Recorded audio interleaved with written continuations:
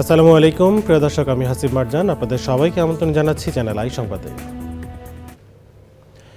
আর বিস্তারিত সংবাদের শুরুতেই জানিয়ে দিচ্ছি ফ্রেশ আটা, ময়দা, সুজি সংবাদ শিরোনামগুলো। জাতীয় নির্বাচনে বিএনপি নিরঙ্কুশ বিজয়ে পরবর্তী প্রধানমন্ত্রী তারেক রহমান। এ বিজয় দলের আজীবন সংগ্রামের বহিঃপ্রকাশ, মন্তব্য।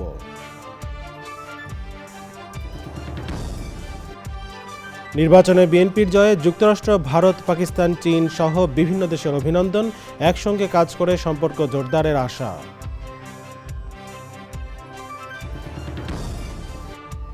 প্রথমবারের মতো জাতীয় সংসদে বিরোধী দল হওয়ার পথে জামায়াত ইসলামী। নির্বাচন পরিচালনা কমিটির বৈঠকের পর নির্বাহী পরিষদ সভা। এবং নির্বাচন পবিত্র আমানত উল্লেখ করে সংশ্লিষ্টদের নির্বাচন কমিশনের ধন্যবাদ, ভুল ত্রুটি থাকলে ক্ষমাসুন্দর দৃষ্টিতে দেখার অনুরোধ।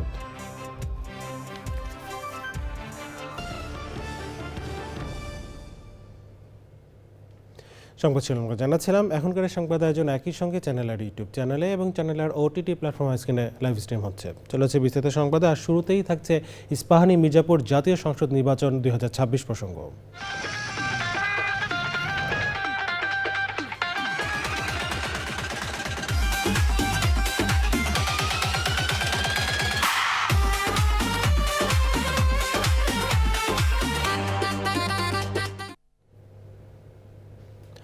ত্রয়োদশ জাতীয় সংসদ নির্বাচনে নিরঙ্কুশ বিজয় পেয়েছে বিএনপি। বিশাল এই বিজয়ে সরকার গঠন করে প্রধানমন্ত্রী হওয়ার পথে দলের চেয়ারম্যান তারেক রহমান। বিএনপি মহাসচিব মির্জা ফখরুল ইসলাম আলমগীর বলেছেন, গণতন্ত্রের জন্য বিএনপি আজীবন যে লড়াই করেছে, এ বিজয় তারই বহিঃপ্রকাশ। রিপোর্ট করছেন চকর মালিথা। 17 বছরের নির্বাসন থেকে দেশে ফেরার 5 দিনের মধ্যে মায়ের মৃত্যু। সবকিছু বুকে চেপেই জাতীয় নির্বাচনে দলের নেতৃত্ব দিলেন তারেক রহমান। আর সেই নির্বাচনে এলো নিরঙ্কুশ বিজয়। বৃহস্পতিবারের নির্বাচনে 299টি আসনের মধ্যে বিএনপি জোট পেয়েছে 212 আসন। বিএনপি এককভাবে পেয়েছে 209টি আসন। সারা দেশে ভোট পড়েছে মোট ভোটের 59.44%। প্রাপ্ত ভোটের 69%ই এককভাবে পেয়েছে বাংলাদেশ জাতীয়তাবাদী দল বিএনপি। আহ্বান করব, আসুন আমরা সকলে মেনে চেষ্টা করি। শুক্রবার সকালে ঠাকুরগাঁয়ে নিজের নির্বাচনী এলাকায় এই বিজয় নিয়ে সাংবাদিকদের কাছে প্রতিক্রিয়া জানান দলের মহাসচিব। বিএনপি কোনো ক্যাডার বেস পলিটিক্যাল পার্টি না, BNP is a mass base political party. সুতরাং এটা যা চরিত্র থাকে মাসের পলিটিক্যাল, এই চরিত্র নিয়ে বিএনপি জনগণের কল্যাণের জন্য ইতিপূর্বে কাজ করেছে, সরকারে ছিল। এবং বিএনপির যে ম্যানিফেস্টো, বিএনপির যে ভিশনগুলো, বিএনপির যে রাষ্ট্র সংস্কারের যে কথাগুলো, যে দাবি দেওয়াগুলো, পয়েন্টসগুলো, সেগুলো জনগণ অ্যাকসেপ্ট করেছে বলেই আজকে এই ল্যান্ডস্লাইড বিক্রি হয়েছে। নির্বাচন কমিশনের আনুষ্ঠানিক ফল ঘোষণা শেষে সেখানেই বিএনপির নির্বাচন পরিচালনা কমিটির চেয়ারম্যান নজরুল ইসলাম খান বলেছেন, এই বিজয় বাংলাদেশের ইতিহাসে এক উল্লেখযোগ্য দিন।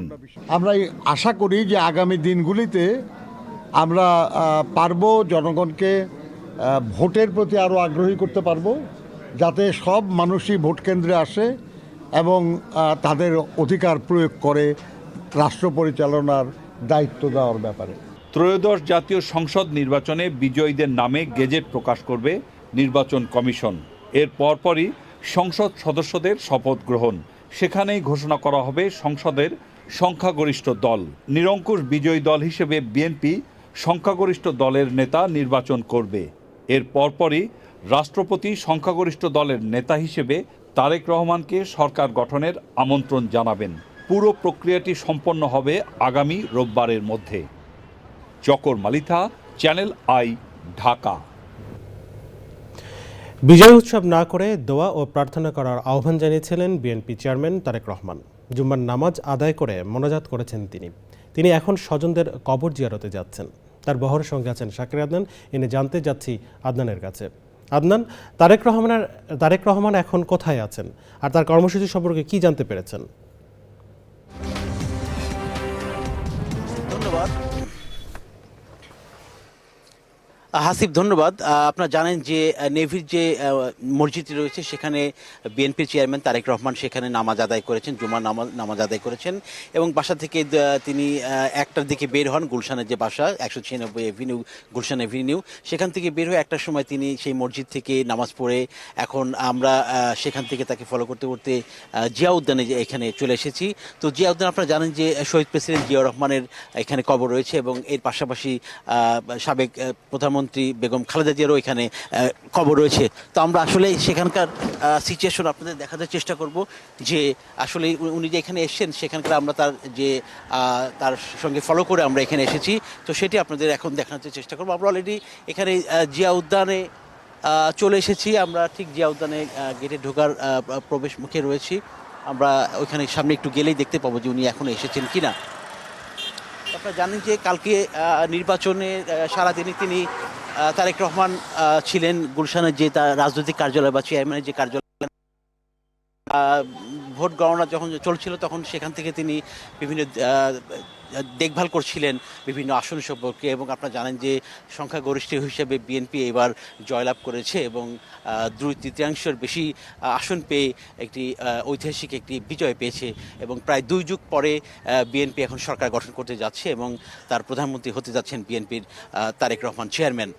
তো যাই হোক, আমরা এখানে এসে পৌঁছেছি। আমরা একটু ভিতরে গেলে দেখতে পাবো যে আসলে কি অবস্থা এবং আপনারা জানেন যে তারেক রহমান গতকাল যখন ভোট দিয়ে যখন কেন্দ্র থেকে বের হয়েছেন তখনই গণমাধ্যমকে বলেছেন যে তিনি জয়ের ব্যাপারে আশাবাদী এবং দলের সহ তিনি জয়ের ব্যাপারে আশাবাদী এবং আপনারা জানেন যে তিনি 2টি আসনে নির্বাচন করেছিলেন, বগুড়া 6 এবং ঢাকা 17 আসনে, এবং দুটিতেই কিন্তু তিনি বিজয় পেয়েছেন।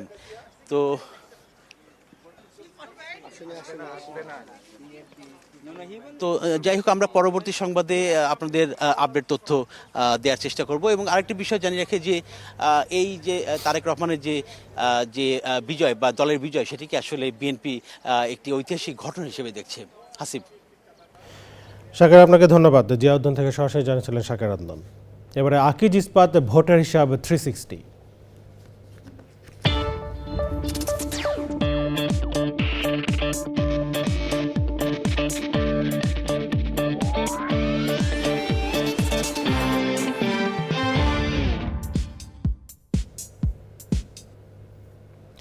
ত্রয়োদশ জাতীয় সংসদ নির্বাচনে ঐতিহাসিক বিজয়ের পর কোথাও কোনো বিজয় মিছিল ও সভা সমাবেশ না করার ঘোষণা দিয়েছেন দলের চেয়ারম্যান তারেক রহমান। আজ জুম্মার নামাজের পর সারা দেশে বিশেষ দোয়া মোনাজাত ও প্রার্থনার জন্য দলের নেতাকর্মীদের নির্দেশনা দিয়েছেন তিনি। বিস্তারিত মইনুল হাসানের রিপোর্টে।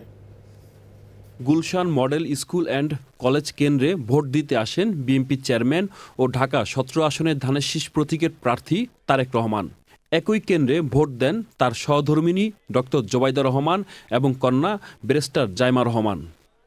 ভোট প্রদান শেষে নিজ আসনের বিভিন্ন কেন্দ্রে ঘুরে দেখেন তিনি। পরে সাংবাদিকদের বলেন, বাংলাদেশের মানুষ নির্বিঘ্নে ভোট দিলে কোনো ষড়যন্ত্র সফল হবে না। আমি ব্যক্তিগতভাবে দৃঢ়ভাবে বিশ্বাস করি বাংলাদেশের মানুষ আজকে সারা দিনে বেরিয়ে এসে যদি তাদের অধিকার প্রয়োগ করেন, ভোট দেন, ইনশাল্লাহ যে কোনো ষড়যন্ত্র রুখে দেওয়া সম্ভব। আমরা জয়লাভ করলে সবচেয়ে বেশি যেটা আমাদের কাছে প্রাধান্য পাবে সেটি হচ্ছে দেশের আইন শৃঙ্খলা পরিস্থিতির উন্নয়ন, যাতে মানুষ নিরাপদ বোধ করে, সমগ্র দেশে সাধারণ মানুষ যাতে নিরাপদ বোধ করে, এটি হচ্ছে আমাদের সবচেয়ে বেশি প্রায়োরিটি। দলীয় কার্যালয়ে সারাদিনের ফলাফলের খোঁজ খবর নেন তারেক রহমান। বিকেল 4:30টায় ভোট গণনা শুরুর সঙ্গে সঙ্গে বিএনপির কেন্দ্রীয় কার্যালয়ের সামনে জড়ো হতে থাকেন নেতাকর্মীরা। কার্যালয়ের সামনে শুরু হয় স্লোগান আর আনন্দ মিছিল।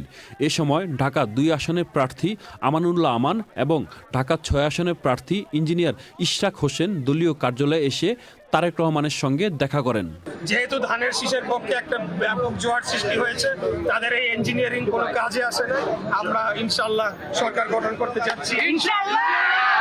জনগণের যেমন কাজ করেছেন, আজকে আমাদের যে প্রতিশ্রুতি ছিল, আজকে বিএনপির প্রতি জনগণের সমর্থন এটাই প্রমাণ করেছে এবং আমি যে 84,000 ভোটের ব্যবধানে নির্বাচিত হয়েছি তিনি আমাকে অভিনন্দন জানিয়েছেন। রাত 11:30টার দিকে নির্বাচন পরিচালনা কমিটির মুখপাত্র মাহাদি আমিন ব্রিফিংয়ে জানান, 2/3 আসনে জয়ের পথে রয়েছে বিএনপি এবং সরকার গঠনের জন্য প্রয়োজনীয় সমর্থন তারা পাচ্ছেন। বিএনপি কিংবা ধানের শীষের বিপুল ব্যবধানে অপ্রতিরোধ্য যে বিজয়, সেই বিজয়ের ব্যবধানটাকে কমিয়ে আনার জন্য একটি নির্দিষ্ট রাজনৈতিক দল অপপ্রচার এবং নির্বাচনী আচরণবিধির লঙ্ঘন করেছে। ফলে নির্দিষ্ট কিছু আসনে এই ইলেকশন ইঞ্জিনিয়ারিং হয়তো পরাজয়ের ব্যবধানটা কমিয়ে আনছে এবং দেশব্যাপী ভোটারদের স্বতঃস্ফূর্ত অংশগ্রহণকে কিছুটা ব্যাহত করেছে। নির্বাচন কমিশনের বেসরকারি ফলাফলে 151টি আসন জয়ের বিষয়টি নিশ্চিত হওয়ার পর দলীয় কার্যালয় থেকে বের হয়ে নেতাকর্মীদের উদ্দেশ্যে হাত নেড়ে বাসভবনে রওনা দেন BNP chairman Tarique Rahman. Monirul Hasan, channel I, Dhaka. ত্রয়োদশ জাতীয় সংসদ নির্বাচনে বিএনপির নিরঙ্কুশ বিজয়ে অভিনন্দন জানাচ্ছে বিশ্বের বিভিন্ন দেশ। এরই মধ্যে মার্কিন যুক্তরাষ্ট্র, ভারত, পাকিস্তান সহ কয়েকটি দেশ সামাজিক যোগাযোগ মাধ্যম সহ নানা মাধ্যমে তাদের শুভেচ্ছা জানিয়েছে। আরও জানাচ্ছেন যাযাবর মিন্টু।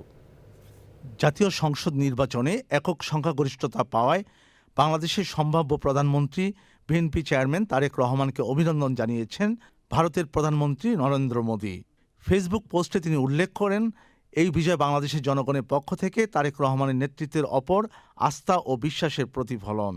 তিনি আশা প্রকাশ করেন, আগামী দিনে দুই দেশের মধ্যে বহুমুখী সম্পর্ক আরও শক্তিশালী হবে এবং অভিন্ন উন্নয়নের লক্ষ্যগুলো অর্জনে উভয় দেশ একযোগে কাজ করে যাবে। শুভেচ্ছা জানিয়েছে ঢাকার মার্কিন দূতাবাস। শুক্রবার সকালে ঢাকার মার্কিন দূতাবাসের ফেসবুক পেজে দেওয়া এক পোস্টে বলা হয়, একটি সফল নির্বাচন আয়োজনের জন্য বাংলাদেশের জনগণকে অভিনন্দন। দুদেশের সমৃদ্ধি ও নিরাপত্তার অভিন্ন লক্ষ্য অর্জনে একসঙ্গে কাজ করার জন্য যুক্তরাষ্ট্র অধীর আগ্রহে অপেক্ষা করছে। নির্বাচনে নিরঙ্কুশ সংখ্যাগরিষ্ঠতা পাওয়ায় বিএনপি ও দলের চেয়ারম্যান তারেক রহমানকে অভিনন্দন জানিয়েছে পাকিস্তান।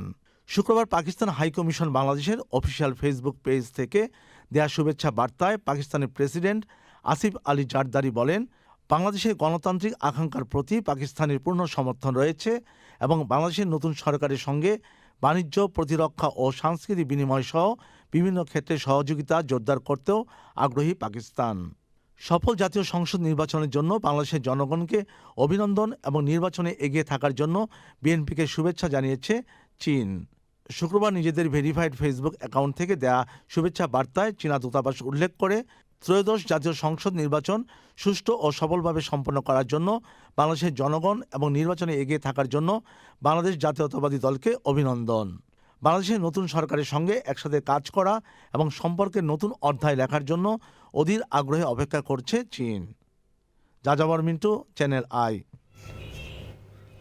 উৎসবমুখর ত্রয়োদশ জাতীয় সংসদ নির্বাচনের পর নতুন বাংলাদেশের স্বপ্ন বুনছেন মানুষ। ঋতুরাজ বসন্তের আগমনের ঠিক আগে এই নির্বাচনও মানুষের মনে নতুন স্বপ্নের রং ছড়িয়েছে। রিপোর্ট করছেন সুলতানা হিমু। দুয়ারে কড়া নাড়ছে পয়লা ফাল্গুন, আর তার আগেই বসন্তের ছোঁয়া লেগেছে বাংলাদেশে। ত্রয়োদশ জাতীয় সংসদ নির্বাচন সুষ্ঠু ও শান্তিপূর্ণভাবে হওয়ার পর নতুন এক বাংলাদেশের সকাল দেখল দেশের মানুষ। ভোট উৎসবে চলছে ছুটির আমেজ। এর মাঝে ফাঁকা ঢাকায় পরিবার পরিজন নিয়ে রাজধানীতে বেড়াতে বেরিয়েছেন নগরবাসী। নির্বাচনটা সুন্দরভাবে হয়েছে, আবার যেই দলকে সাপোর্ট করতাম সেই দলও ক্ষমতায় আসতেছে। নতুন বাংলাদেশ গড়ার যে স্বপ্ন নিয়ে মানুষকে দেখিয়েছে এবং সেই স্বপ্নের প্রতিফলন ঘটবে। কালকে সবার জন্য হলো, আজকে পুরো বাংলাদেশের জন্য একটা নতুন ফাল্গুন। সাহস পাচ্ছি যে বাংলাদেশে একটা ন্যায় এবং ইনসাফের পথে যাচ্ছে। আমরা নতুন বাংলাদেশ দেখতে দুজন সকাল সকাল সাইকেলে বের হলাম ঘুরতে।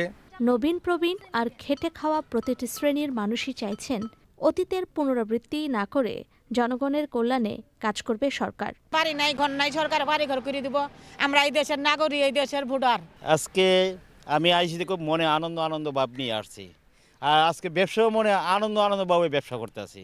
সারা বাংলাদেশে সবাইকে নিয়ে একটা নতুন বাংলাদেশ গড়ার প্রত্যয়ে আমরা যাতে সামনের দিকে এগিয়ে যেতে পারি। দেশবাসীর প্রত্যাশা, এবারের সরকার প্রধান নতুন এক আশাবাদী রাজনীতির দৃষ্টান্ত গড়ে তুলবেন।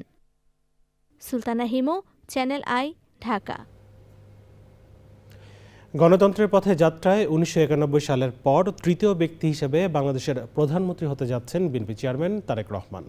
মাঝে 1-11-এর তত্ত্বাবধায়ক সরকারের সময় বাদ দিলে দুজন নির্বাচিত প্রধানমন্ত্রী পেয়েছে এদেশের মানুষ, প্রয়াত বেগম খালেদা জিয়া এবং দেশ ছেড়ে পালাতে বাধ্য হওয়া শেখ হাসিনা।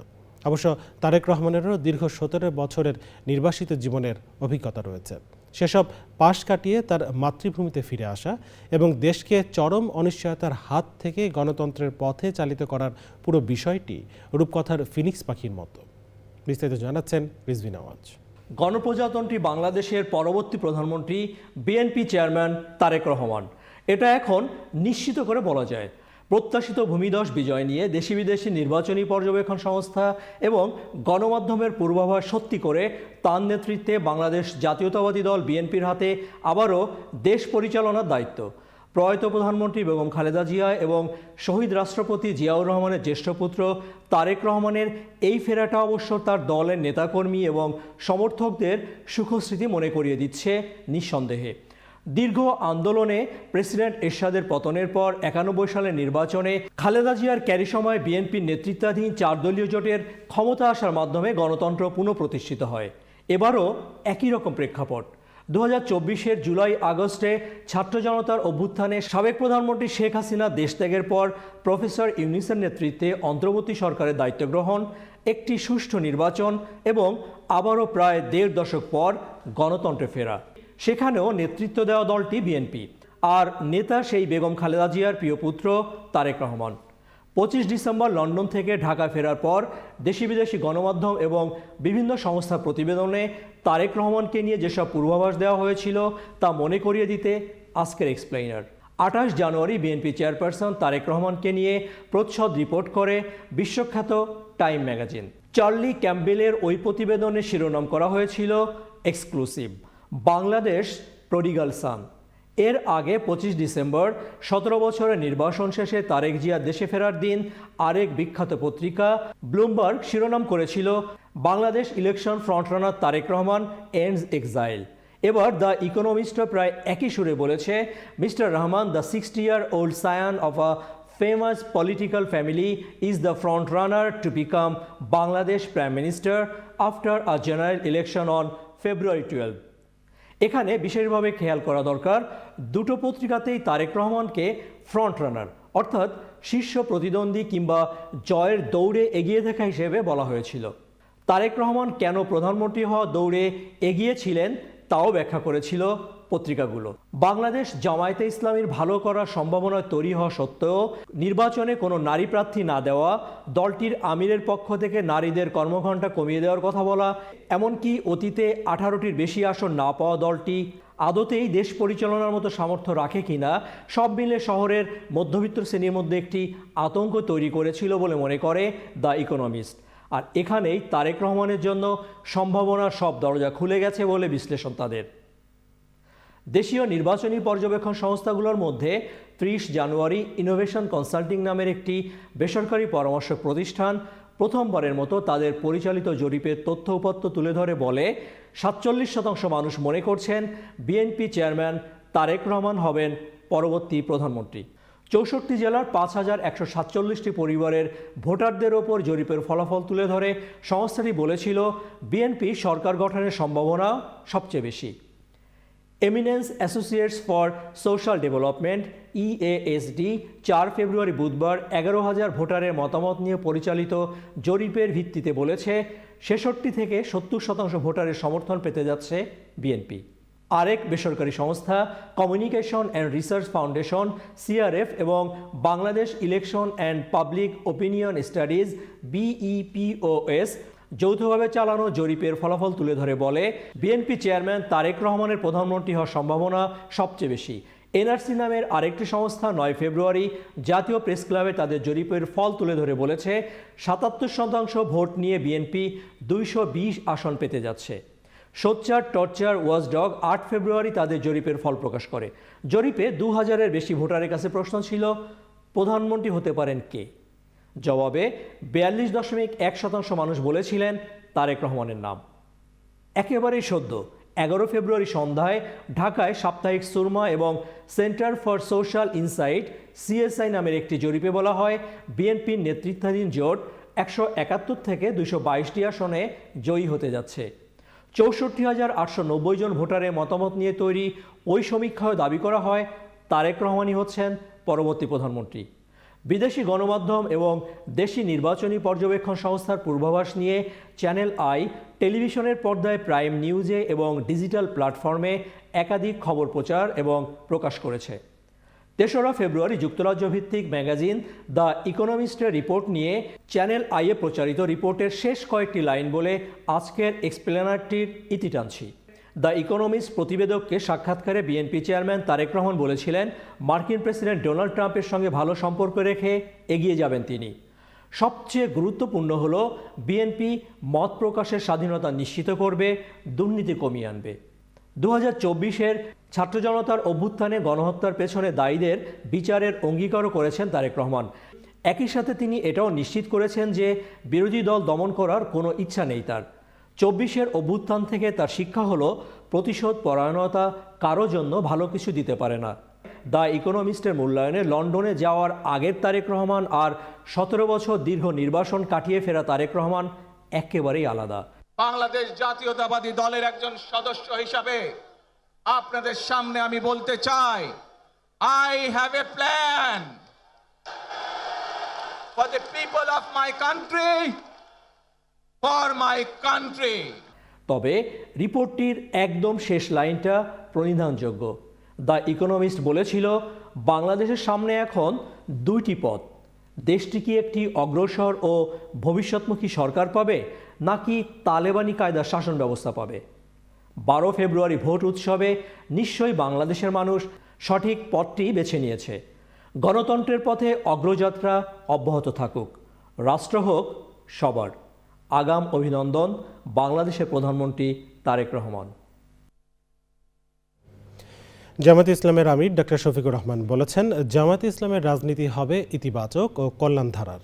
বৃহস্পতিবার রাতে মগবাজারে দলের কার্যালয়ে জরুরি সংবাদ সম্মেলনে তিনি বলেন, ভালো কাজের সহযোগিতা এবং মন্দ কাজের বিরোধিতা করা হবে। ডক্টর শফিকুর রহমান বলেন, জামায়াতে ইসলামী মানুষের জন্য রাজনীতি করে, দলের জন্য নয়। আমরা দেশবাসীকে যতটুকুই তারা আমাদেরকে সহযোগিতা করেছেন এর জন্য আমরা গভীর কৃতজ্ঞতা এবং অভিনন্দন জানাই। তবে আপনারা আশ্বস্ত থাকতে পারেন যে আমাদের দৃষ্টিভঙ্গি হবে ইতিবাচক ধারার রাজনীতি, কল্যাণ ধারার রাজনীতি, মানুষের জন্য রাজনীতি, দলের জন্য রাজনীতি নয়। আমরা বিরোধিতার জন্য বিরোধিতা, ওই রাজনীতি আমরা করব না। আমরা কোরআনের একটা মূলনীতি আছে, তাওয়ানু আলাল বিররি ওয়াত তাকওয়া ওয়ালা তাওয়ানু আলাল ইসমি ওয়াল উদওয়ান, যে তোমরা ভালো কাজে সহযোগিতা করো, আর কাজটা যদি মন্দ হয়, অকল্যাণকর হয়, তাহলে তোমরা তার বিরোধিতা করো অথবা তোমরা সহযোগিতা থেকে বিরত থাকো। আমাদের মূলনীতি মূলত ওটাই হবে। নির্বাচন ও ফলাফল নিয়ে বৈঠক করছে জামায়াত ইসলামের নির্বাচন পরিচালনা কমিটি। এ নিয়ে জানতে তাফিরুল ইসলামের কাছে যাচ্ছি, তিনি জামায়াত অফিসে আছেন। সুজন, জামায়াত অফিসের এখনকার অবস্থা এবং দলটির আজকের কার্যক্রম নিয়ে আমাদের জানান।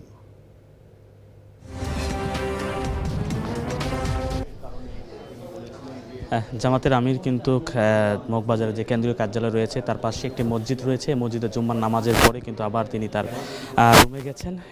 সেখানে নির্বাচন পরিচালনা কমিটির যে ছিলেন সে তাদের সাথে একটি বৈঠক করছেন। পুরো 300 আসনের টি আসন বাদ দিয়ে 299টি আসনে যে নির্বাচন হয়েছে সেই নির্বাচনের চুটচেনার একটি বিশ্লেষণ তাদের কাছ থেকে জামাতের আমির নিচ্ছেন। যে আসনগুলোতে খুব কাছাকাছিতে ভোটে হেরে গেছেন জামাত, সেই আসনগুলো কেন হেরে গেছেন, কথায় কথায় দূরত্ব ছিল, সেগুলো কিন্তু নির্বাচন পরিচালনা কমিটির কাছ থেকে এক প্রকার তথ্য নিচ্ছেন। সেখান থেকে নির্বাচন পরিচালনা কমিটির তথ্যর উপর নির্ভর করে বিকাল 4:30টায় জামাতের নির্বাহী পরিষদের যে বৈঠকটি রয়েছে সেখানে সেগুলো উপস্থাপন করা হবে। এরপরে কিন্তু জামাত সেই নির্বাহী পরিষদেই একটি সিদ্ধান্ত নেবেন। সেই সিদ্ধান্ত 11 দলীয় বৈঠক, যেটি এই রাত 8টায় রয়েছে, সেখানে কিন্তু 11 দলীয় বৈঠকে কিন্তু সেগুলো জানানো হবে যে জামাত এই সিদ্ধান্তগুলো নিচ্ছেন। কিন্তু জামাতের কেন্দ্রীয় নেতারা আমাদেরকে জানিয়েছেন যে তারা যেগুলোতে জয়ী হয়েছেন সেটিতে মেনে নিচ্ছেন এবং তারা বিরোধী দলের আসনেও বসবেন বলেন, এটি তারা জামাতের থেকে জানানো হচ্ছে। কিন্তু আনুষ্ঠানিক যে বিবৃতি বা আনুষ্ঠানিক যে বক্তব্য সেটি কিন্তু তারা এখনও জানায়নি। রাতে 8টার পরে কিন্তু তারা সেটি জানাবেন। এই যে বৈঠকটা চলছে, বৈঠকের পরেই কিন্তু নির্বাহী পরিষদের বৈঠক শুরু হবে এই জামাতের অফিস থেকে। সুজন, আপনাকে ধন্যবাদ। মগবাজারে জামায়াতে ইসলামের কেন্দ্রীয় কার্যালয় থেকে সরাসরি জানাচ্ছিলেন তাফিমুল ইসলাম। ত্রয়োদশ জাতীয় সংসদ নির্বাচন নির্বিঘ্ন হওয়ায় সংশ্লিষ্ট সবাইকে ধন্যবাদ জানিয়েছে নির্বাচন কমিশন। নির্বাচনের আনুষ্ঠানিক ফলাফল সমাপ্ত ঘোষণা করে কমিশনার আবুল ফজল সানাউল্লাহ বলেছেন, সুষ্ঠু ভোট আয়োজনে কমিশনের শতভাগ চেষ্টা ছিল। কোনো কোনো জায়গায় প্রশাসনিক ঘাটতি হয়তো ছিল, উল্লেখ করে ভুল ত্রুটি থাকলে সবাইকে ক্ষমাসুন্দর দৃষ্টিতে দেখার আহ্বান জানান তিনি। ইসি সানাউল্লাহ আরও বলেন, নির্বাচন শুধু একটি দায়িত্ব নয়, এটি পবিত্র আমানত হিসেবে নিয়েছিল কমিশন। আমরা মনে করি জাতি হিসেবে আমাদের মান, সম্মান, ভাবমূর্তি বিশ্ববাজারে আমাদের বার্গেনিং ক্যাপাসিটি, আমাদের বিনিয়োগ, কর্মসংস্থান হেন কিছু নাই যেটা এই নির্বাচনের সাথে সম্পৃক্ত ছিল না। সুতরাং নির্বাচন কমিশনের পক্ষ থেকে আমরা শুধু এটাকে নেহায়েত একটা নির্বাচন অনুষ্ঠানের দায়িত্ব হিসেবে নেই নাই, এটা আমাদের একটা পবিত্র আমানত হিসেবে আমরা গ্রহণ করেছিলাম। ত্রয়োদশ জাতীয় সংসদ নির্বাচনের আনুষ্ঠানিক ফল ঘোষণা করছে নির্বাচন কমিশন। এই মুহূর্তে নির্বাচন কমিশনে আছেন পান্থ রহমান, আমরা তার কাছে যাচ্ছি। পান্থ, জাতীয় সংসদ নির্বাচনের পাশাপাশি গণভোট হয়েছে, সেই ভোটের ফলসহ নির্বাচন কমিশনের এই মুহূর্তের পরিস্থিতি আমাদের জানান।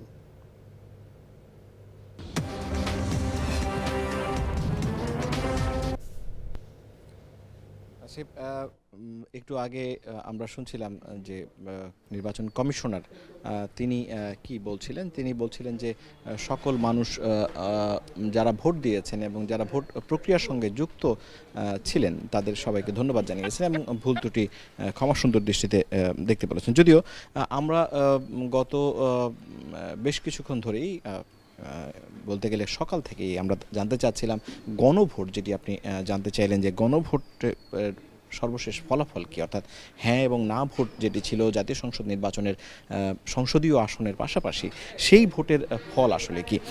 কিন্তু আনুষ্ঠানিকভাবে এখনও পর্যন্ত আমাদেরকে কিন্তু সেটি জানানো হয়নি এবং আপনি জানেন যে চ্যানেল আইয়ের বার্তা বিভাগের যে নীতিমালা, সেই নীতিমালার অনুসরণ যদি করি তাহলে আমরা আগ বাড়িয়ে, অর্থাৎ সরকারি বা একদম রাষ্ট্রীয়ভাবে পাওয়া যে তথ্য, সেই তথ্য ছাড়া আর কোনো তথ্য প্রকাশ করি না সাধারণত, বা প্রচার করি না। সেই নীতিমালা মানছি, যে কারণে আমরা বাইরে থেকে যে সংবাদগুলো গণমাধ্যম গণভোট নিয়ে পাচ্ছিলাম সেটি জানাচ্ছি না। আমরা অপেক্ষা করছি যে নির্বাচন কমিশন সচিব কিছুক্ষণ পরে ব্রিফ করবেন বলে জানিয়েছিলেন, যে নামাজের পরে, জুম্মার নামাজের পরে তিনি তার ব্রিফ করার কথা। সেই ব্রিফ হলে হয়তো বা এই সব প্রশ্নের উত্তর পাওয়া যাবে।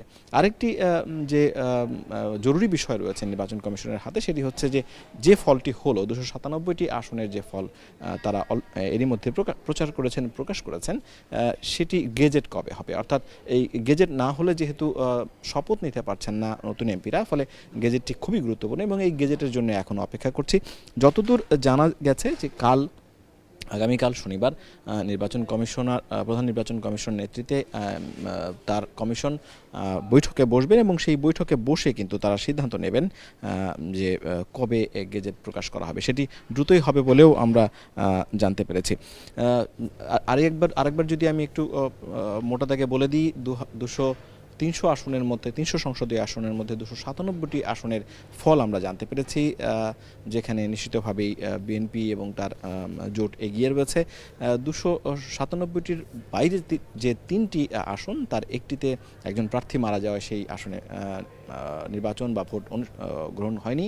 আর যে 2টি আসন, চট্টগ্রাম 2 এবং 4, সেই 2টি আসন আইনি জটিলতার মধ্যে এই 2টির ফল প্রচার বা প্রকাশ করা হয়নি। যদিও অনানুষ্ঠানিকভাবে জানা গেছে যে এই 2টিতেই বিএনপি সমর্থিত প্রার্থী এগিয়ে, তবে আবারও সেই কথাই বলছি যে সংখ্যাটি জানা গেলেও সংখ্যাটি যেহেতু প্রচার হয়নি, সংখ্যাটি আমরা জানাতে পারছি না। ফলে অপেক্ষা করতে হচ্ছে আইনি জটিলতা কাটিয়ে নির্বাচন কমিশন যেদিন আমাদেরকে এই 2টির আসনের ফল দেবেন সেই দিনের অপেক্ষা করতে হচ্ছে। এই মোটামুটি এই ছিল আমার কাছ থেকে নির্বাচন কমিশনের সর্বশেষ। আমরা এখন অপেক্ষা করব নির্বাচন কমিশন সচিব সর্বশেষ কখন আমাদেরকে ব্রিফ করেন এবং তখন আমরা আসলে জানতে পারবো তিনি গণভোট নিয়ে সংখ্যাটি বলছেন কিনা। পান্থ, আপনাকে ধন্যবাদ। নির্বাচন কমিশন ভবন থেকে সরাসরি জানাচ্ছিলেন পান্থ রহমান। মধ্যরাতে জরুরি সংবাদ সম্মেলন করেছে এনসিপি। দলটি নির্বাচন পরিচালনা কমিটির প্রধান সমন্বয়কারী আসিফ মাহমুদ সজীব ভুঁইয়া অভিযোগ করেন, যেসব আসনে এনসিপি এগিয়ে ছিল সেগুলোর ফলাফল প্রকাশে ইচ্ছাকৃত বিলম্ব করা হচ্ছে। ঘোষণার ক্ষেত্রে এই যে বিলম্ব, আমরা কিছু কেন্দ্রে দেখেছি যে কেন্দ্রগুলোতে এনসিপি এগিয়ে ছিল, স্বপ্নগুলি এগিয়ে ছিল, আমাদের জোটের প্রার্থীরা এগিয়ে ছিল। ওই কেন্দ্রগুলোর ফলাফল সন্ধ্যা 7টা বাজে গণনা শেষ হয়ে গেলেও, কেন্দ্র থেকে ঘোষণা হয়ে গেল বা সেখানে গণনা শেষ হয়ে গেল, রিটার্নিং কর্মকর্তা সেটা 11টা 12টা পর্যন্ত এখন পর্যন্ত ঝুলিয়ে রেখেছেন। এই কারণটা আমরা এই বিষয়ে আমরা স্পষ্ট না যে কেন এরকমটা করা হচ্ছে। এটা কি আমাদের বিজয়ী কেন্দ্রগুলোকে ঘোষণা না দিয়ে বিপরীত প্রার্থীকে এগিয়ে আছে দেখানোর একটা অপপ্রয়াস কিনা, এবং সেটা দিয়ে একটা মিডিয়ার মাধ্যমে একটা ন্যারেটিভ তৈরি করার চেষ্টা বলে আমরা মনে করছি। চট্টগ্রাম বিভাগের 58টি সংসদীয় আসনের বড় অংশই গিয়েছে বিএনপির দখলে। এর মধ্যে চট্টগ্রামের 16 আসনের 14টিতে, কুমিল্লার 11 আসনের 8টিতে, ব্রাহ্মণবাড়িয়ার 6টি আসনের 4টিতে, বৃহত্তর নোয়াখালীর 13 আসনের 12টিতে জয় পেয়েছেন বিএনপির প্রার্থীরা। কক্সবাজার এবং 3 পার্বত্য জেলায়ও জয় নিশ্চিত করেছেন ধানের শীষের প্রার্থীরা। আরও জানাচ্ছেন লুথুর রহমান সোহাগ। চট্টগ্রামের 16 আসনের 14টিতে জয় পেয়েছে বিএনপি। তবে জয়ী প্রার্থীদের বিরুদ্ধে আদালতে মামলা থাকায় চট্টগ্রাম 2 ও 4 আসনের ফলাফল স্থগিত থাকবে। বিএনপি প্রার্থীদের মধ্যে চট্টগ্রাম 1 আসনে নুরুল আমিন, চট্টগ্রাম 2 আসনে সরোয়ার আলমগীর, চট্টগ্রাম 3 আসনে মোস্তফা কামাল পাশা, চট্টগ্রাম 4 আসনে আসলাম চৌধুরী, চট্টগ্রাম 5 আসনে মীর মোহাম্মদ হেলাল উদ্দিন, চট্টগ্রাম 6 আসনে গিয়াসউদ্দিন কাদের চৌধুরী, চট্টগ্রাম 7 আসনে হুমাম কাদের চৌধুরী, চট্টগ্রাম 8 আসনে এরশাদুল্লাহ, চট্টগ্রাম 9 আসনে আবু সুফিয়ান, চট্টগ্রাম 10 আসনে সাইদ আল নোমান, চট্টগ্রাম 11 আসনে আমির খসরু মাহমুদ চৌধুরী, চট্টগ্রাম 12 আসনে এনামুল হক এনাম, চট্টগ্রাম 13 আসনে সরোয়ার জামাল নিজাম এবং চট্টগ্রাম 14 আসনে জসিমউদ্দিন আহমেদ জয়ী হয়েছেন। জামায়াতে ইসলামীর প্রার্থীদের মধ্যে চট্টগ্রাম 15 আসনে শাহজাহান চৌধুরী ও চট্টগ্রাম 16 আসনে জহিরুল ইসলাম জয় পেয়েছেন। কুমিল্লার 11 আসনের 8টিতে জয় পেয়েছে বিএনপি। বাকি 3টিতে বিজয়ী জামায়াত জোট ও স্বতন্ত্র প্রার্থী। বিএনপির প্রার্থীদের মধ্যে কুমিল্লা 1 আসনে খন্দকার মোশাররফ হোসেন, কুমিল্লা 2 আসনে সেলিম ভুইয়া, কুমিল্লা 3 আসনে শাহ মুফাজ্জল হোসেন কাইকোবাদ, কুমিল্লা 5 আসনে জসিমউদ্দিন, কুমিল্লা 6 আসনে মনিরুল হক চৌধুরী, কুমিল্লা 8 আসনে জাকারিয়া তাহের সুমন, কুমিল্লা 9 আসনে আবুল কালাম এবং কুমিল্লা 10 আসনে মোবাশ্বের আলম ভুইয়া জয় পেয়েছেন। এছাড়া কুমিল্লা 4 আসনে এনসিপির হাসনাত আবদুল্লাহ, কুমিল্লা 7 আসনের স্বতন্ত্র প্রার্থী আতিকুল ইসলাম শাওন ও কুমিল্লা 11 আসনে জামায়াতের সৈয়দ আবদুল্লাহ মোহাম্মদ তাহের বিজয়ী হয়েছেন। বিএনপি দাপট দেখিয়েছে ব্রাহ্মণবাড়িয়াতেও। ধানের শীষের প্রার্থীদের মধ্যে ব্রাহ্মণবাড়িয়া 1 আসনে এম এ হান্নান, ব্রাহ্মণবাড়িয়া 3 আসনে খালেদ হোসেন মাহবুব, ব্রাহ্মণবাড়িয়া 4 আসনে মুশফিকুর রহমান এবং ব্রাহ্মণবাড়িয়া 5 আসনে এম এ মান্নান বিজয়ী হয়েছেন। ব্রাহ্মণবাড়িয়া 6 আসনে জয় পেয়েছেন বিএনপি জোটের প্রার্থী গণসংহতি আন্দোলনের জুনায়েদ আব্দুর রহিম সাকি, আর ব্রাহ্মণবাড়িয়া 2 আসনে বিজয়ী হয়েছেন বিএনপি থেকে বহিষ্কৃত স্বতন্ত্র প্রার্থী রুমিন ফারহানা। ফেনীর 3টি আসনের সবকটিতে জয় পেয়েছে বিএনপির প্রার্থীরা। ফেনী 1 আসনে রফিকুল আলম মজনু, ফেনী 2 আসনে জয়নাল আবেদিন ও ফেনী 3 আসনে আব্দুল আওয়াল মিন্টু বিজয়ী হয়েছেন। লক্ষ্মীপুর জেলার 4টি আসনই দখলে নিয়েছেন ধানের শীষের প্রার্থীরা। লক্ষ্মীপুর 1 আসনে শাহাদাত হোসেন সেলিম, লক্ষ্মীপুর 2 আসনে আবুল খায়ের ভুইয়া, লক্ষ্মীপুর 3 আসনে শহীদ উদ্দিন চৌধুরী এনি এবং লক্ষ্মীপুর 4 আসনে আশরাফ উদ্দিন নিজাম জয় পেয়েছেন। নোয়াখালীর 5টি আসনে জয় পেয়েছে বিএনপি। ধানের শীষের প্রার্থীদের মধ্যে নোয়াখালী 1 আসনে এ এম মাহবুব উদ্দিন খুকন, নোয়াখালী 2 আসনে জয়নুল আবেদিন ফারুক, নোয়াখালী 3 আসনে বরকতুল্লাহ বুলু, নোয়াখালী 4 আসনে মোহাম্মদ শাহজাহান ও নোয়াখালী 5 আসনে মোহাম্মদ ফখরুল ইসলাম বিজয়ী হয়েছেন। আর নোয়াখালীর 6 আসনে জামায়াত জোট থেকে জয় পেয়েছেন এনসিপির হান্নান মাসুদ। চাঁদপুরের 5টি আসনের মধ্যে 4টিতে বিএনপি প্রার্থীরা জয়ী হয়েছেন। বিএনপি প্রার্থীদের মধ্যে চাঁদপুর 1 আসনে আনম এহসানুল হক মিলন, চাঁদপুর 2 আসনে জালাল উদ্দিন, চাঁদপুর 3 আসনে শেখ ফরিদ উদ্দিন আহমেদ মানিক ও চাঁদপুর 5 আসনে মমিনুল হক জয়ী হয়েছেন। এছাড়া চাঁদপুর 4 আসনে নির্বাচিত হয়েছেন স্বতন্ত্র প্রার্থী এম এ হান্নান। কক্সবাজার জেলার 4টি আসনেই জয় পেয়েছে বিএনপি।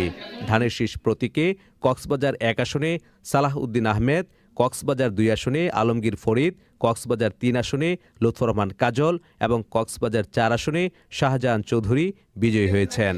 পার্বত্য চট্টগ্রামের ৩ আসনেও জয় পেয়েছে বিএনপি। খাগড়াছড়িতে আব্দুল ওয়াদুদ ভুইয়া, রাঙামাটিতে দীপেন দেওয়ান ও বান্দরবনে সাচিং প্রুজেরি ধানের শীষ প্রতীকে জয় পেয়েছেন। লুৎফর রহমান সোহাগ, চ্যানেল আই। এবার খুলনা ও বরিশাল বিভাগে বেসরকারিভাবে নির্বাচিত প্রার্থীদের নিয়ে মিথিলা নাজনীর রিপোর্ট। খুলনা ১ আসনে জয় পেয়েছেন বিএনপি প্রার্থী আমির এজাজ খান। খুলনা ২ আসনে জামায়াতের প্রার্থী শেখ জাহাঙ্গীর হুসেন হেলাল। খুলনা ৩ আসনে বিএনপি প্রার্থী রকিবুল ইসলাম বকুল। খুলনা ৪ আসনে বিএনপি প্রার্থী আজিজুল বারী হেলাল। খুলনা ৫ আসনে বিএনপি প্রার্থী মোহাম্মদ আলী আসগর লবি এবং খুলনা ৬ আসনে জামায়াতে ইসলামের প্রার্থী আবুল কালাম আজাদ জয় পেয়েছেন। কুষ্টিয়া ১ আসনে জয় পেয়েছেন বিএনপি প্রার্থী রেজা আহমেদ। কুষ্টিয়া ২ আসনে জামাতে ইসলামের প্রার্থী মোহাম্মদ আব্দুল গফুর। কুষ্টিয়া ৩ আসনে জামাতে ইসলামের প্রার্থী মোহাম্মদ আমির হামজা এবং কুষ্টিয়া ৪ আসনেও জামাতে ইসলামের প্রার্থী মোহাম্মদ আফজাল হোসেন জয়ী হয়েছেন। যশোর ১ আসনে জামাতে ইসলামের প্রার্থী মোহাম্মদ আজিজুর রহমান। যশোর ২ আসনে জামাতে ইসলামের প্রার্থী মোহাম্মদ মোসলেউদ্দিন ফরিদ। যশোর ৩ আসনে বিএনপি প্রার্থী অনিন্দ ইসলাম অমিত। যশোর ৪ আসনে জামাতে ইসলামের প্রার্থী গোলাম রসুল। যশোর ৫ আসনে জামাতে ইসলামের প্রার্থী গাজী এনামুল হক। যশোর ৬ আসনে জামাতে ইসলামের প্রার্থী মোক্তার আলী জয় পেয়েছেন। নড়াইল ১ আসনে জয় পেয়েছেন বিএনপি প্রার্থী বিশ্বাস জাহাঙ্গীর আলম। নড়াইল ২ আসনে জামাতে ইসলামের প্রার্থী মোহাম্মদ আতাউর রহমান জয় পেয়েছেন। চুয়াডাঙ্গা ১ আসনে জামাতে ইসলামের প্রার্থী মাসুদ পারভেজ এবং চুয়াডাঙ্গা ২ আসনে জামাতে ইসলামের প্রার্থী মোহাম্মদ রুহুল আমিন জয় পেয়েছেন। সাতক্ষীরা ১ আসনে জামাতে ইসলামের প্রার্থী মোহাম্মদ ইজ্জতুল্লাহ। সাতক্ষীরা ২ আসনে জামাতে ইসলামের প্রার্থী মোহাম্মদ আব্দুল খালেক। সাতক্ষীরা ৩ আসনে জামাতে ইসলামের প্রার্থী হাফেজ মোহাম্মদ রবিউল বাশার। সাতক্ষীরা ৪ আসনে জামাতে ইসলামের প্রার্থী জিএম নজরুল ইসলাম জয় পেয়েছেন। মাগুরা ১ আসনে বিএনপি প্রার্থী মনোয়ার হোসেন এবং মাগুরা ২ আসনে বিএনপি প্রার্থী নিতাই রায়চৌধুরী জয় পেয়েছেন। বাগেরহাট ১ আসনে জামাতে ইসলামের প্রার্থী মশিউর রহমান খান। বাগেরহাট ২ আসনে জামাতে ইসলামের প্রার্থী মঞ্জুরুল হক জয় পেয়েছেন। বাগেরহাট ৩-এ জয় পেয়েছেন বিএনপি প্রার্থী ফরিদুল ইসলাম এবং বাগেরহাট ৪ আসনে জামাতে ইসলামের প্রার্থী আব্দুল আলিম জয়লাভ করেছেন। ঝিনাইদহ ১ আসনে জয়লাভ করেছেন বিএনপি প্রার্থী মোহাম্মদ আসাদুজ্জামান। ঝিনাইদহ ২ আসনে জামাতে ইসলামের প্রার্থী আলী আজম মোহাম্মদ আবু বকর। ঝিনাইদহ ৩ আসনে জামাতে ইসলামের প্রার্থী মতিয়ার হোসেন। ঝিনাইদহ ৪ আসনে জামাতে ইসলামের প্রার্থী মোহাম্মদ আবু তালিব জয়লাভ করেছেন। মেহেরপুর ১ আসনে জামাতে ইসলামের প্রার্থী তাজউদ্দিন খান এবং মেহেরপুর ২ আসনে জামাতে ইসলামের প্রার্থী নাজমুল হুদা জয়লাভ করেছেন। ভোলা ১ আসনে বাংলাদেশ জাতীয় পার্টি বিজেপির আন্দালিফ রহমান জয়লাভ করেছেন এবং ভোলা ২ আসনে বিএনপি প্রার্থী মোহাম্মদ হাফিজ ইব্রাহিম জয়লাভ করেছেন। ভোলা ৩ আসনে বিএনপি প্রার্থী হাফিজ উদ্দিন আহমেদ বীরবিক্রম এবং ভোলা ৪ আসনে বিএনপি প্রার্থী মোহাম্মদ নুরুল ইসলাম নয়ন জয়লাভ করেছেন। পটুয়াখালী ১ আসনে বিএনপি প্রার্থী আলতাফ হোসেন চৌধুরী। পটুয়াখালী ২ আসনে জামাত ইসলামের প্রার্থী মোহাম্মদ শফিকুল ইসলাম এবং পটুয়াখালী ৩ আসনে ট্রাক মার্কা নিয়ে গণ অধিকার পরিষদের নুরুল হক নূর জয়লাভ করেছেন। পটুয়াখালী ৪ আসনে বিএনপি প্রার্থী এবিএম মোশাররফ হোসেন জয়লাভ করেছেন। পিরোজপুর ১ আসনে জামাতে ইসলামের প্রার্থী মাসুদ সাইদি। পিরোজপুর ২ আসনে বিএনপি প্রার্থী আহমেদ সোহেল মঞ্জুর। পিরোজপুর ৩ আসনে বিএনপি প্রার্থী রুহুল আমিন দুলাল জয়লাভ করেছেন। বরগুনা ১ আসনে ইসলামী আন্দোলন বাংলাদেশের মোহাম্মদ অলিউল্লাহ এবং বরগুনা ২ আসনে বিএনপি প্রার্থী মোহাম্মদ নুরুল ইসলাম জয়লাভ করেছেন। ঝালকাঠি ১ আসনে বিএনপি প্রার্থী রফিকুল ইসলাম জামাল এবং ঝালকাঠি ২ আসনে বিএনপি প্রার্থী ইসরাত সুলতানা ইলেন ভুট্টো জয়লাভ করেছেন।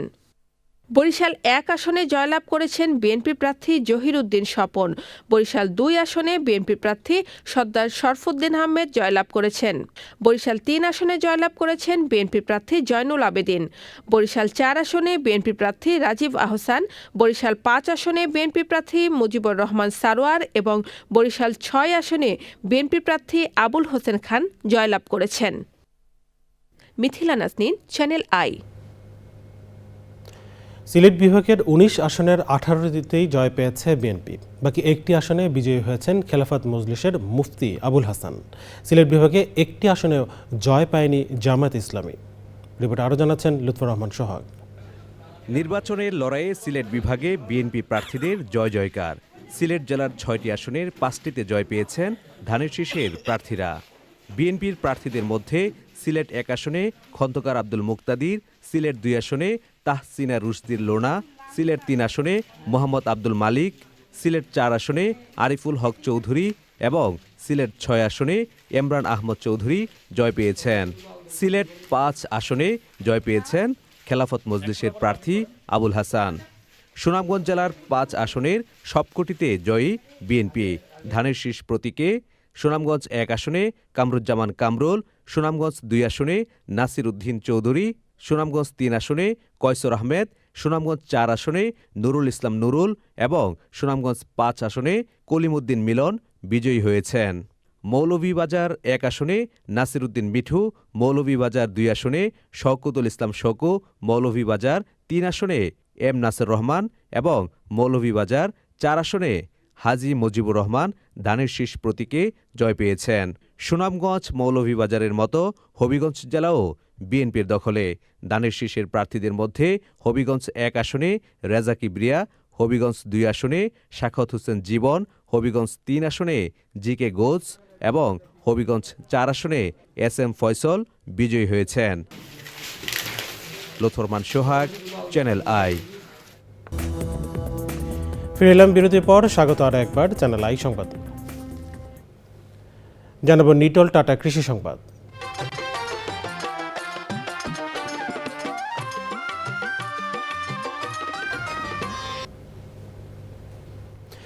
গাইবান্ধায় আখ চাষ বেড়েছে। অনুকূল আবহাওয়া ও কম উৎপাদন ব্যয়ের কারণে আখ চাষে আগ্রহী হচ্ছেন কৃষক। জয়পুরহাট চিনিকলে সরবরাহ স্থানীয়ভাবে গুড় উৎপাদনের কারণে চাষিরা লাভবান হচ্ছেন। তবে রংপুর চিনিকল চালুর দাবি স্থানীয়দের। গাইবান্ধা থেকে ফারুক হোসেনের তথ্য, ভিডিওচিত্রে জহির মুন্নার রিপোর্ট। গাইবান্ধা জেলার গোবিন্দগঞ্জে অবস্থিত রংপুর চিনিকলটি প্রায় ৫ বছর ধরে বন্ধ রয়েছে। তবে থেমে নেই এ জেলায় আখ চাষ। পাশের জেলা জয়পুরহাট চিনিকলে আখ সরবরাহের পাশাপাশি স্থানীয়ভাবে গুড় সহ বিভিন্ন পণ্য উৎপাদনের কারণে চলতি মৌসুমেও গত বছরের তুলনায় আখের চাষ বেড়েছে কয়েক গুণ। বর্তমানে এখন আখের প্রতি একটু আকর্ষণটা বেশি, কারণ আখ চাষে খরচ তুলনায় লাভজনকটা একটু বেশি। এবারও ইনশাল্লাহ আল্লাহর রহমতে ৬০-৬৫ টাকা পাবো, মোটা ছিল ৬০-৬৫ টাকা পাবো। গাছগুলো বিক্রি করা যাচ্ছে, ঢাল বিক্রি করা যাচ্ছে, তারপরে ঝুড়ি জাল দেওয়ার জন্য লাগে, সব কিছু কাজের। এবার আবহাওয়া অনুকূলে থাকায় আখের উৎপাদন ব্যয় কমেছে। তুলনামূলক রোগবালাই কম হওয়ায় ভালো ফলনের আশা করছেন কৃষক। আখ চাষ বাড়তিছে, কম ছিল তো বাড়তিছে। এখন প্রায় ৪.৫% আখ চাষ হচ্ছে, 12.৫% যেগুলো জমি সেগুলো। আখটা আমরা আগে ছিল মনে করেন যে হলো ১৫০ টাকা, এখন করছে ২৫০ টাকা। এই কারণে আমাদের একটু পড়তা হয় আর কি। আখের সঙ্গে সাথী ফসল চাষ এবং আধুনিক কৃষি প্রযুক্তির ব্যবহার বাড়ানোর পরামর্শ দিচ্ছেন কৃষি বিভাগ। আপনারা বিভিন্ন কেমিক্যাল বা চিনি গুড়কে সাদা করার কাজে ব্যবহার না করে বন ঢেঁড়স নামক একটা গাছ পাওয়া যায়, এটা রস যদি আপনারা ব্যবহার করেন তাহলে এটা প্রাকৃতিক সোডা হিসেবে কাজ করবে এবং যেটা স্বাস্থ্যসম্মত। এবছর জেলায় প্রায় ৩৯৬ হেক্টর জমিতে আখের চাষ হয়েছে। তবে আখের উন্নত জাত সম্প্রসারণের পাশাপাশি পুনরায় রংপুর সুগার মিলটি চালুর দাবিও জানিয়েছেন সংশ্লিষ্টরা। Zahir Munna, channel I. এখন দেখবেন প্রকৃতি সংবাদ।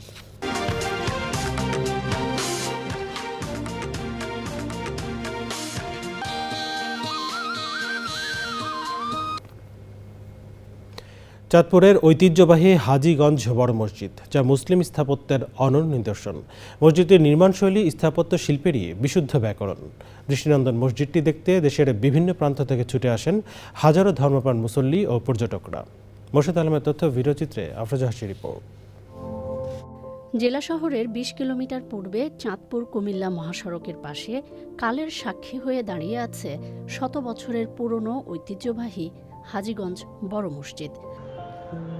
বাংলা ১৩২৫ থেকে ১৩৩০ বঙ্গাব্দের মধ্যে হাজী আহমদ আলী পাটোয়ারি ২৮,৪০৫ বর্গফুট আয়তনের মসজিদটি নির্মাণ করেন। কাচের মাধ্যমে আকর্ষণীয় ও নিখুঁত নকশায় তৈরি করা হয়েছে মসজিদের মেহরাব। মেঝেতে ব্যবহার করা হয়েছে মরমর পাথর। মাঝের অংশ আকর্ষণীয় পিলার ও ঝিনুকের মোজাইক দিয়ে নির্মিত। নিয়তে মানতে এই মসজিদে আসি নামাজ পড়ে আল্লাহর কাছে কান্নাকাটি করে। দূর দূরান্তের মানুষ উপকার পায় এবং মানুষে মনে করে যে আমাদের মনের আশা পূরণ হয়।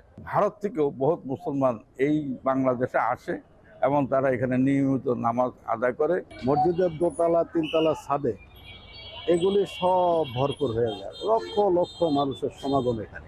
বাংলাদেশ থেকে মুসল্লিরা আসে এখানে আল্লাহর কাছে আল্লাহর সান্নিধ্য পাওয়ার জন্য আসে, আর আল্লাহ তাদের দোয়া কবুল ও মঞ্জুর করে। জুম্মা কিংবা বিশেষ নামাজে লাখো মুসল্লির সমাগম হয় এখানে। মুসল্লি ভাইদের প্রতি দাওয়াত পৌঁছে দেই, যখনই সুযোগ হয় ইনশাআল্লাহ আমাদের হাজীগঞ্জ ঐতিহাসিক বড় মসজিদে এসে আপনারা জামাতে শরীক হবেন। এই মসজিদটি 24 ঘন্টায় খোলা থাকে মুসল্লিদের জন্য, যে কোনো সময় এসে আপনি ইবাদত বন্দেগী করতে পারবেন। অবিভক্ত বাংলার মুখ্যমন্ত্রী শেরি বাংলা একে ফজলুল হক, হোসেন শহীদ সোহরাওয়ার্দী, মাওলানা আব্দুল হামিদ খান ভাসানী সহ অনেক দেশ বরেণ্য গুণীজন নামাজ আদায় করেছেন ঐতিহ্যবাহী এই মসজিদে। আফরোজা হাসি, প্রকৃতি ও জীবন ডেস্ক, চ্যানেল আই। জানাবো খেলার খবর।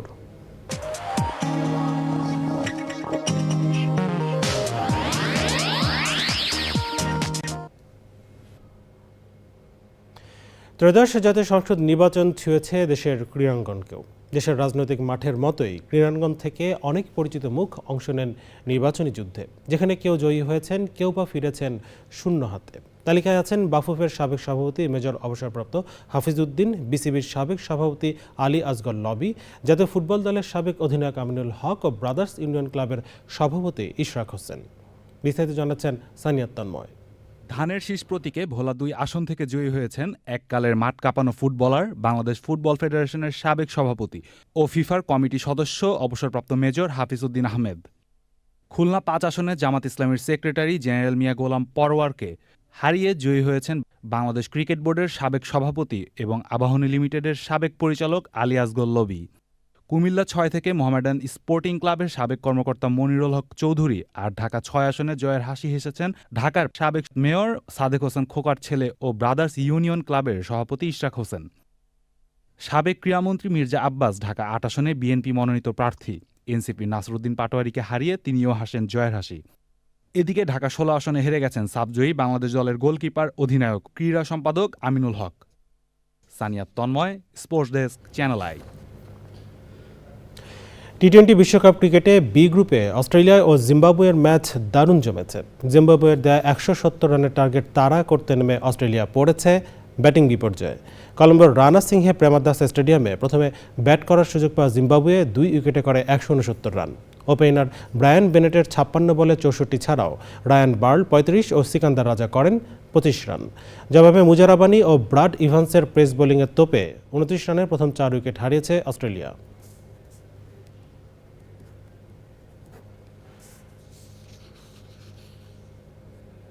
শেষ খবর পাওয়া পর্যন্ত অজিতের স্কোর 7 উইকেটে 131 রান। সংবাদ শেষ খবর, তবে যাবার আগে ফ্রেশ আটা ময়দা সুজি সংবাদ শিরোনামগুলো জানিয়ে দিচ্ছি আরও একবার। জাতীয় নির্বাচনে বিএনপি নিরঙ্কুশ বিজয়ে পরবর্তী প্রধানমন্ত্রী তারেক রহমান। এ বিজয় দলের আজীবন সংগ্রামের বহিঃপ্রকাশ মন্তব্য।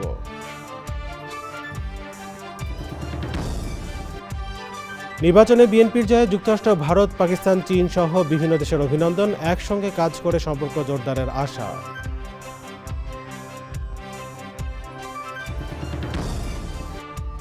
প্রথমবারের মতো জাতীয় সংসদে বিরোধী দল হওয়ার পথে জামায়াত ইসলামী, নির্বাচন পরিচালনা কমিটির বৈঠকের পর নির্বাহী পরিষদ সভা।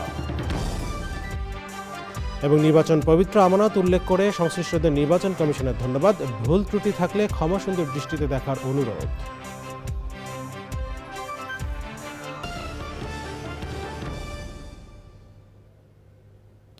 প্রিয় দর্শক, এই ছিল চ্যানেলের সংবাদ এখনকার আয়োজন। এতক্ষণ সাথে থাকার জন্য ধন্যবাদ সবাইকে।